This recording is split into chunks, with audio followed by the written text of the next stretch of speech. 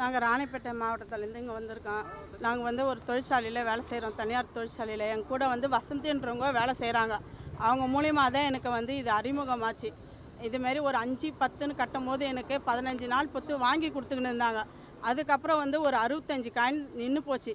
அதை கேட்டதுக்கு இது வந்து 4 பேர் வந்து சேர்ந்து கட்டினாதான் இது பழசை வந்து ரிலீஸ் பண்ண முடியும்.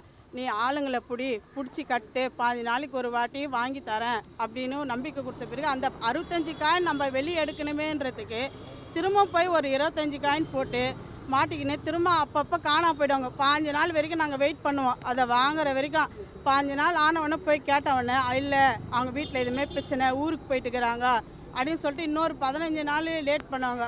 இது மாதிரி லேட் பண்ணி ஒன்றா லாக் ஆயிடுச்சு, இவங்க கட்டலை அவங்க கட்டலை, நீ திரும்ப ஆளுங்களை பிடி அப்படின்னு சொல்லிட்டு 100 கணக்கில் இதில் பணம் இறந்துட்டுருக்குறோம். 25 லட்ச ரூபாய் என் கூட வந்து 12 பேர் வேலை செய்கிறவங்க காசை வாங்கி நான் போட்டிருக்கேன். எங்கள் சொந்தக்காரி வீட்டாண்டு இருக்கிறவங்க இது மாதிரி போய் நிறைய பிரச்சனையில் போய் நாங்கள் மாட்டிக்கணும். நாங்கள் கேட்டதுக்கு லாஸ்ட்டாக நவம்பர் மாதம் போன வருஷம் நவம்பர் மாதம் போய் கேட்டதுக்கு பணம் கொடுக்க முடியாது, என் வீட்டாண்ட வந்து உக்காஞ்சி என்னை அசிங்கம் பண்ணிட்டேன், உனக்கு கொடுக்க முடியாது, உன்னால் என்ன பண்ணணுமோ பண்ணிக்கோ, இது பெரிய ஒரு நெட்வொர்க்கு, நான் செத்தா கூட இதை வந்து எங்கள் ஆளுங்க நடத்துவாங்க, அந்த அளவுக்கு எனக்கு ஆள் பலமும் சரி, அரசியல் பலமும் சரி, அதிகாரி பலமும் சரி எனக்கு இருக்குது. ஒவ்வொரு டிபார்ட்மெண்ட்டும் எனக்கு ஒரு ஆள் இருக்காங்கன்னு சொல்லியிருக்காங்க.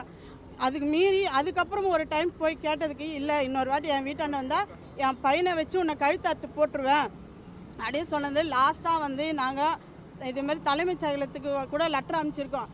இது மட்டும் இல்லை, இன்னும் ஆளுநருக்கு, நீதிபதிக்கு நிறைய இடத்துல வந்து பெட்டிஷன் கொடுத்துருக்கோம். அதுக்கு என்கிட்ட எவிடன்ஸ் இருக்குது, கூகுள் பேயில் அனுப்பிச்சிது நிறைய இருக்குது. இதில் வந்து நிறைய அரசியல்வாதிகளும் இதில் சம்மந்தப்பட்டிருக்காங்க. அதனால தான் அவங்களுக்கு 62 நாள் ஆகுது எஃப்ஐஆர் போட்டு, இன்னும் அவங்களை ஒரு கேள்வி கூட கேட்கல, அரெஸ்ட் பண்ணலை.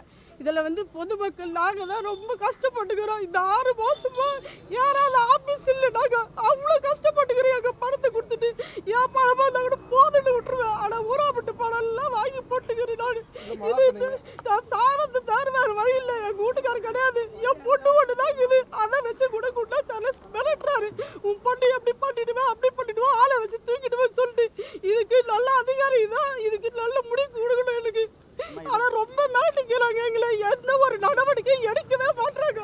6 மாதம் ஆகுது கேஸ் கொடுத்து, நாங்கள் எத்தனை ஆஃபீஸ் போகிறது, எங்கள் வேலையை விட்டு பொழைய போட்டு இது மாதிரிலாம் எங்கள் வீட்டாண்ட வந்து என்னையும் ரொம்ப டார்ச்சர் பண்ணுறாங்க. என்ன கரெக்டவங்களுக்கு அவங்களும் படம் போட்டிருக்காங்க இல்லையா, அவங்களும் ஒரு பேர் 2 பேர் கஷ்டப்பட்டு தாண்டி போடுறாங்க.